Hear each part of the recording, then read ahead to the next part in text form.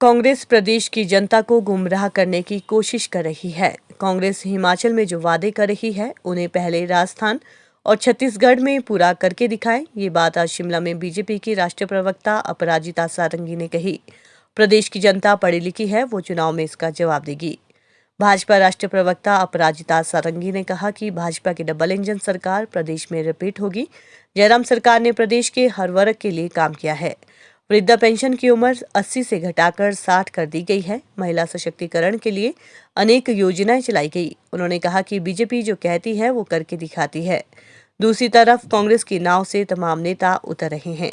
कांग्रेस केवल कोरी घोषणाएं कर रही है। हिमाचल में पुरानी पेंशन बहाल करने, महिलाओं को 1500 प्रतिमाह देने की गारंटी दी जा रही है, लेकिन कांग्रेस राजस्थान और छत्तीसगढ़ में ये नहीं कर पा रही है। ओपीएस बहाली के सवाल पर उन्होंने कहा कि बीजेपी की सरकार सहानुभूतिपूर्ण तरीके से तथ्यों के साथ कर्मचारियों की मांगों को सुन रही है। दोबारा डबल इंजन की सरकार बनने पर हर जायज मांग को पूरा किया जाएगा। मोदी है तो सब मुमकिन है। उत्तर प्रदेश के चुनाव में भी प्रियंका गांधी लड़की हूं, लड़ सकती हूं का नारा दिया, लेकिन 387 सीटों पर जमानत भी नहीं बचा पाई।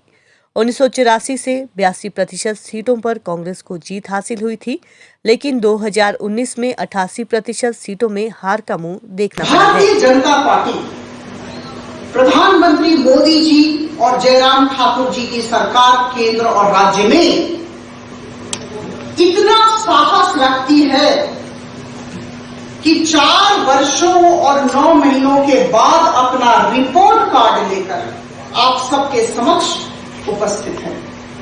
इसके लिए बहुत साहस की जरूरत है। रिपोर्ट कार्ड लेकर आना बड़ी साहस की बात होती है।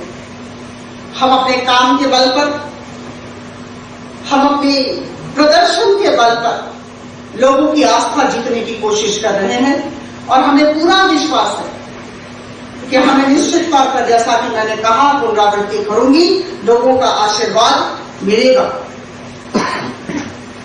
बंधुगण, सतर्क रणनीति भारतीय जनता पार्टी की ताकत है।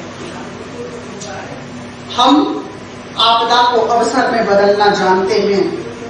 हम लोगों को साथ लेकर चलना जानते हैं।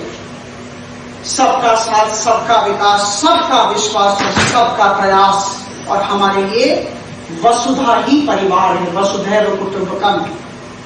और महिला श्रम शक्ति भागीदारिता में मुझे लगता है हम सबको जानकर रखना होगा कि देश में हिमाचल प्रदेश अव्वल स्थान पर है, प्रथम स्थान पर है विमेन लेबर पार्टिसिपेशन रेट। इस बात को हमें नजर में रखना होगा।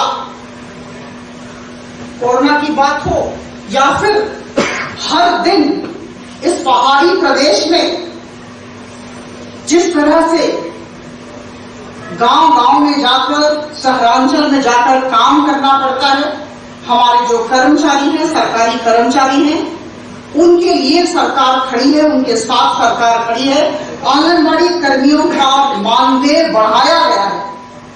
4,500 रुपए से 9,000 रुपए कर दिए गए हैं। आप सबको ज्ञात है। जब ये सब बोल रही हूं तो अचानक याद पड़ा प्रियंका गांधी जी का वक्तव्य। उन्होंने कहा कि हम 1500 रुपए प्रतिमाह महिलाओं को देंगे। देखिए, ऐसा है कि उत्तर प्रदेश का जब इलेक्शन हुआ था उस समय भी उन्होंने कहा था लड़की हूं, लड़ सकती हूं।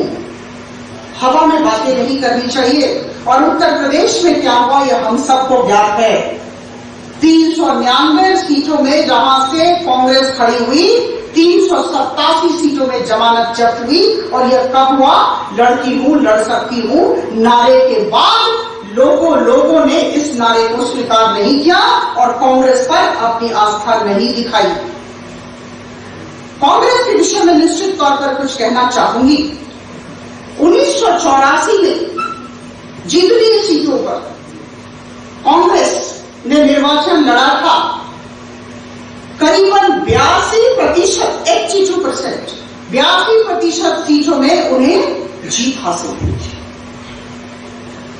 और 2019 में देखिए, जितनी सीटों में उन्होंने निर्वाचन लड़ा, 88% में उन्हें मुंह की खानी पड़ी, हार का सामना करना पड़ा। इससे क्या परिलक्षित होता है? कांग्रेस का ग्राफ दिन पर दिन नीचे होता जा रहा है और अभी जो स्थिति है, नौका में कोई नाविक ही नहीं है। नाविक को खोजने का सतत प्रयास किया जा रहा है कांग्रेस की तरफ से, लेकिन कोई ऐसा नाविक जो लोगों में विश्वास पैदा कर सके आया ही नहीं है। कांग्रेस की यह स्थिति है।